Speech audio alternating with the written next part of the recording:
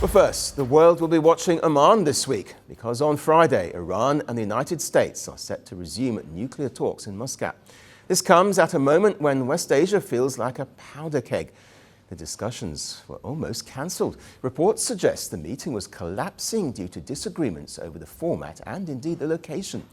Iran wanted the talks shifted from Turkey to Oman, and the US initially resisted, especially if the move meant no participation from Arab states. But late on Wednesday, Iran's Foreign Minister Abbas Araghchi confirmed it. He said the talks will take place at 10 a.m. local time in Muscat. According to reports, these talks were revived after several Arab countries urged Washington not to abandon negotiations. There's also a proposed framework on the table, presented by mediators from Qatar, Turkey, and Egypt.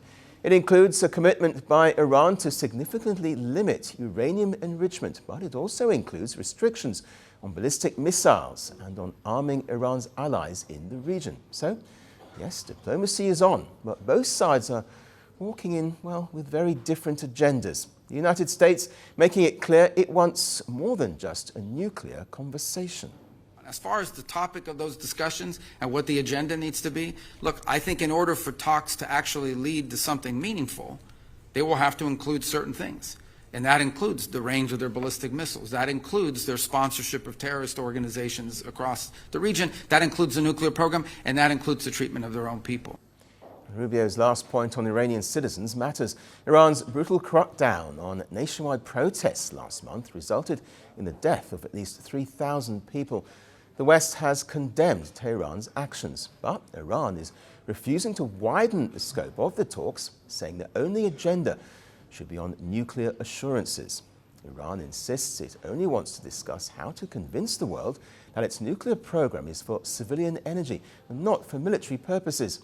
And Iran is also firm about the venue. Oman, it says, is the only acceptable location because that's where previous rounds were held.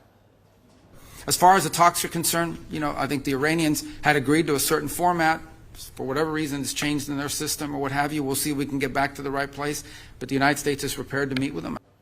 Meanwhile, Donald Trump is increasing the pressure on Iran's supreme leader, Ayatollah Ali Khamenei. He says Khamenei should be worried. Trump has also claimed Iran was eyeing a new nuclear facility after US strikes hit Iranian nuclear sites during Israel's June war with the Islamic Republic. So, trust is at rock bottom. The US admits that diplomacy with Iran is difficult.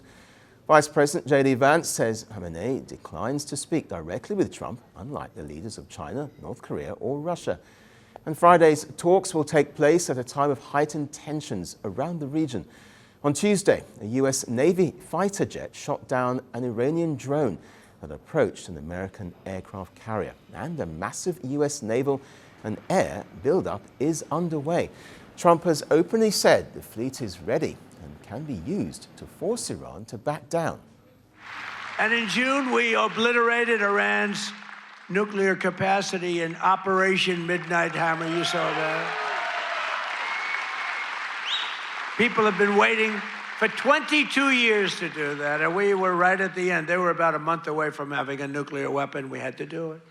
And by the way, there's another beautiful armada floating beautifully toward Iran right now. So we'll see.